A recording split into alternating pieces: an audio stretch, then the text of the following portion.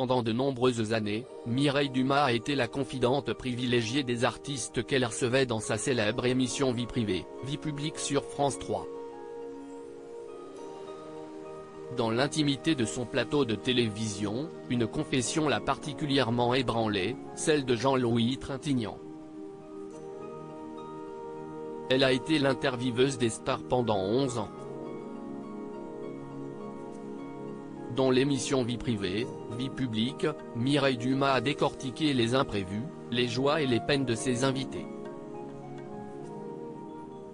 Des artistes que l'on a découverts sous un jour nouveau, en toute intimité. De son propre aveu, Mireille Dumas a toujours été curieuse de découvrir comment les célébrités se débrouillaient avec la vie. Et si elles ont été nombreuses à entrechoquer leur parcours avec le sien, une confidence en particulier a secoué la journaliste. Mireille Dumas: nous étions au même niveau mes invités et moi si est en 2003 que la journaliste reçoit Jean-Louis Trintignant.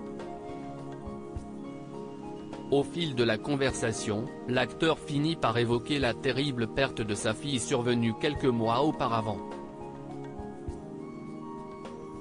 Il m'a confié avoir d'abord pensé au suicide, a souligné Mireille Dumas.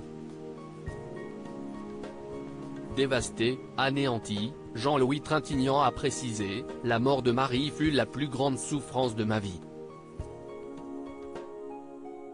Il était impossible d'imaginer un jour sans entendre sa voix, sans voir son sourire. Rien au monde n'aurait pu m'atteindre davantage, se décrivant lui-même comme un mort-vivant, incapable du moindre mouvement. 2 mois pratiquement sans ouvrir la bouche, sans émettre le moindre jugement. Entre les deux intervenants s'est alors engagée une confession déchirante.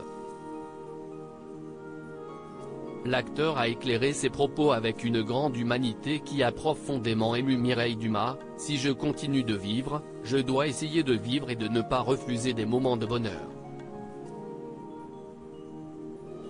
La vie plus forte que tout, des mots qui ont particulièrement résonné chez la journaliste puisque quelques mois après cette interview, elle a elle-même perdu son beau-fils tragiquement. Elle s'est alors souvenue des paroles de son ami acteur. Il est très difficile d'accepter de survivre à la disparition de personnes jeunes, on se culpabilise, et les premières fois où l'on se surprend à rire, on s'en veut comme si c'était une trahison. Heureusement, la vie est plus forte que tout, a-t-elle expliqué. Une conversation qui la marquera à vie et dont elle a tiré son credo tout au long de sa carrière: j'ai été dans l'échange, mes invités et moi nous apportions mutuellement quelque chose.